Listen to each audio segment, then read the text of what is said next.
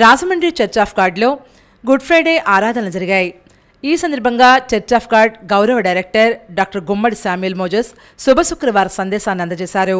ప్రభువైన యేసుక్రీస్తు శిలువ ప్రాణత్యాగం ద్వారా ప్రతి ఒక్కరికి పరలోక భాగ్యం ఏర్పడిందని పేర్కొన్నారు. యేసు శిలువ మరణం ద్వారా మనిషి నిత్య జీవనానికి ఒక మార్గం ఏర్పడిందని వివరించారు. చర్చ్ ఆఫ్ గాడ్ స్త్రీల డైరెక్టర్ డాక్టర్ కమలా షాయిరా, చర్చి యోజన డైరెక్టర్ గుమ్మడి బియాన్ మోజెస్ గుడ్ ఫ్రైడే కార్యక్రమాన్ని పర్యవేక్షించారు. శిలువపై యేసు పలికిన సప్త సూక్తులను 7 సంఘ సభ్యులు వివరించడం జరిగింది. గుమ్మడి బియాన్ Moses, K Suvarnaratnam, B Deepak Price, P Arun తదితరులు ఈ కార్యక్రమంలో ప్రసంగించారు. Doctor B Kamala Shayir, B Susan, Isaac, Raju తదితరులు ప్రత్యేక ప్రార్థనలు చేశారు.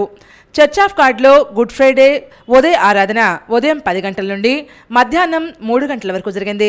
సంఘ సభ్యులు దైవచింతనతో భక్తి శ్రద్ధలతో గుడ్ ఫ్రైడే దైవారాధన కార్యక్రమంలో పాల్గొన్నారు. తదనంతరం ప్రభాకర్, వినోలియా కుటుంబ సభ్యులు శీతల పానీయాలు అందజేశారు.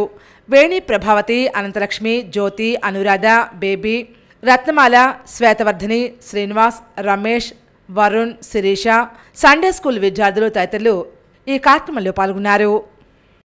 ఆయనను విశ్వసించిన వారికి పరలోకపు మార్గము సుగమనం అవుతుంది. కనుక యేసు మరణం ద్వారా మనకు మా స్వర్గపు ద్వారాలు తెరుచుకుంటున్నాయి. విశ్వాసులందరూ కూడా పరలోకానికి వెళ్ళేటువంటి గొప్ప శుభదినమే శుభ శుక్రవారము.